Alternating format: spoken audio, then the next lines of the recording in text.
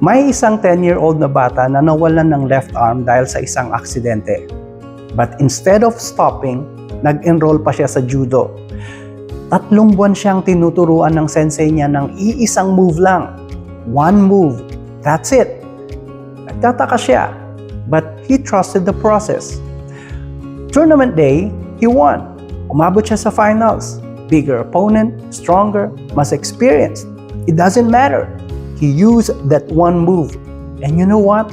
He won the whole tournament. Champion siya. Surprise, tinanong niya ang sensei, bakit ako nanalo? Sabi ng sensei, 2 reasons. First, you mastered one of the hardest throws in judo. Second, the only defense against that move is to grab the opponent's left arm. Ang galing, di ba? Yung pinakamalaking weakness niya turned out to be his biggest strength. Now, here's the thing. Lahat tayo may tinatawag na disadvantage. Ang bagay na gusto nating itago, yung part ng buhay natin na masakit kapag naaalala. But sometimes, that's exactly the part that makes you unbeatable. Hindi agad makikita kung paano.